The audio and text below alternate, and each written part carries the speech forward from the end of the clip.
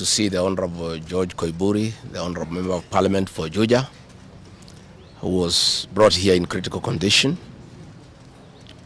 Last Friday, the Honorable George Koimburi had a function in his constituency in a place called Gachagua, and he had a serious engagement with his constituents. In fact, had the opportunity to address those people through the phone. And after he left the ceremony, he was accosted by officers from the DCI who chased him, and he was able to escape using a motorbike with the help of the local constituents. His vehicle was impounded and his driver was arrested. That vehicle is still in the hands of the DCI. And on Sunday, when he was in church, immediately after the service, 2 undercover agents of a killer squad that has been put in place to deal with elected leaders who are not supportive of William Ruto abducted him in full glare of the church members, and in the process almost harmed his wife.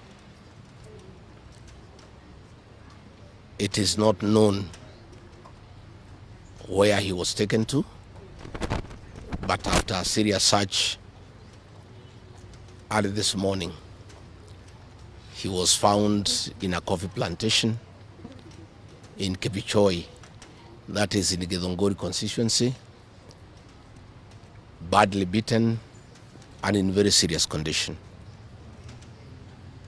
He was taken to a hospital for first aid and later brought here where he was admitted. And I've just seen him and I've talked to the doctors, and they have confirmed that the Honorable George Koimburi was tortured by professionals. He has serious soft tissue injuries. This is torture normally done by professionals.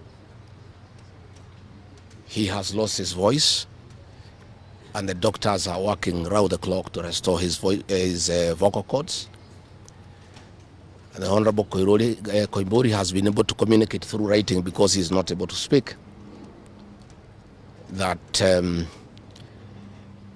some chemical was administered through inhalation, and the doctors have told us that preliminary investigations confirm that that chemical has interfered with his vocal cords. The doctors have assured us they are doing everything within their power to make sure that he's out of danger. They have taken blood and urine samples to private laboratories, different ones, so that they can establish what could have happened in matters poisoning. You remember last weekend I said that a special squad had been set aside, and now we have confirmation that President William Ruto, CS for Interior Kipchumba Murkomen, and the Deputy Inspector General, Mr. Eliud Langat, all from the Kalenjin community, have put up a squad to deal with leaders who are opposed to this regime. The Honorable Kipchumba Murkomen has sent a message to us through common friends that his appointment to the Ministry of Interior is to make sure that William Ruto is re-elected as president, and to deal with anybody who can stop that objective.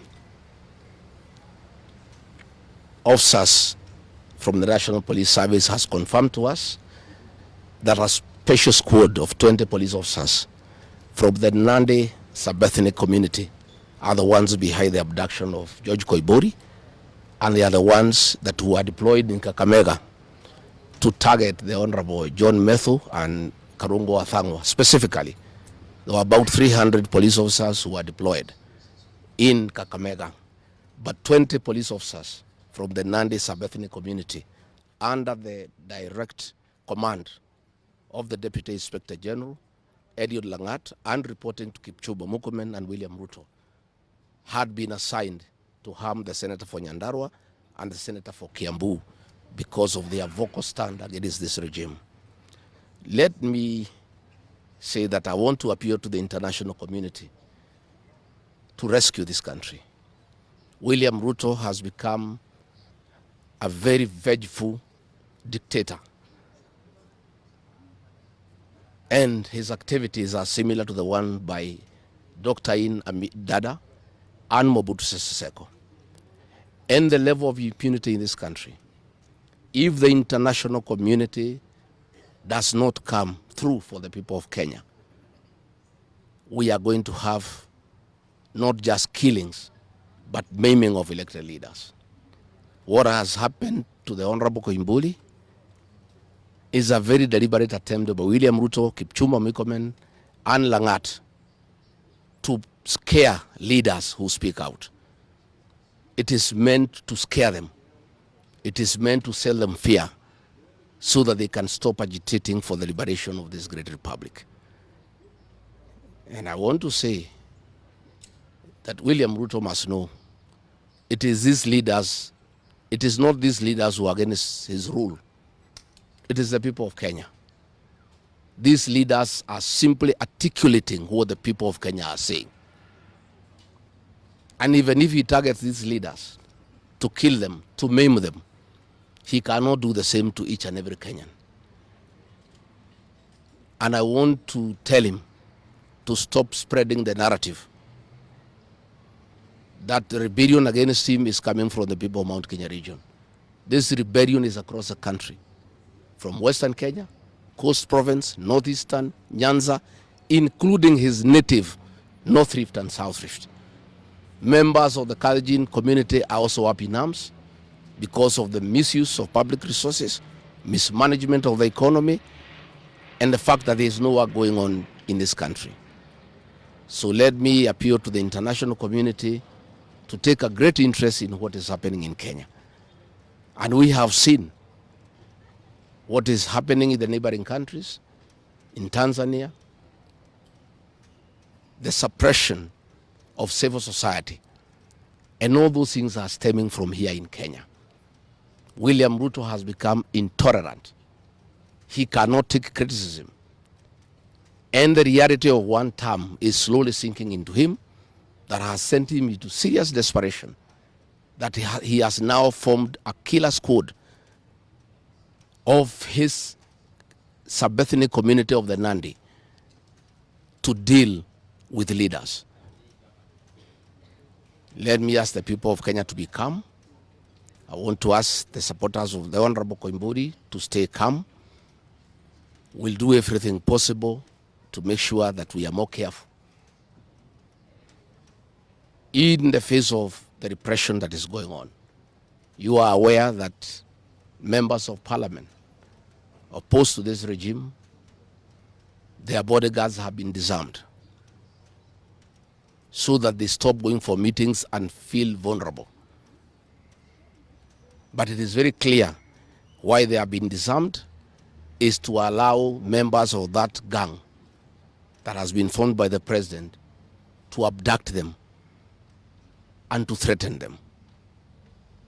And if anything happens to these members of parliament, to any leader in this country opposed to William Ruto, the president will be held to account. And let me tell William Ruto, people of Kenya cannot elect you by force. They elected you on their own free will. You are a popular leader 3 years ago, and you messed yourself up through bad governance, one-man rule, theft of public resources, wanton corruption, and tribalism.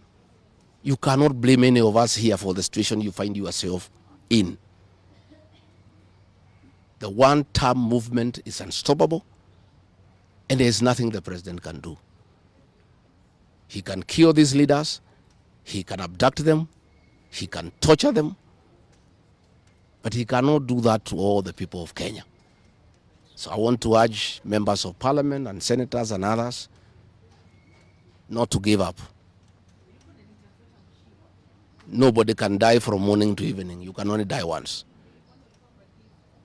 And the tree of liberation will be watered by blood.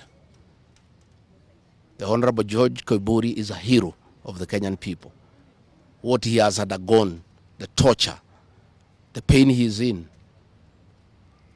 the anguish to his family members is not in vain. This liberation will take place, it will happen. And let me conclude by asking the Kenyan people not to be intimidated. Kenya is a constitutional democracy. They are entitled to cast their vote the way they want. And William Ruto cannot force the people of Kenya to elect him. And there is nothing he can do about it. Thank you very much.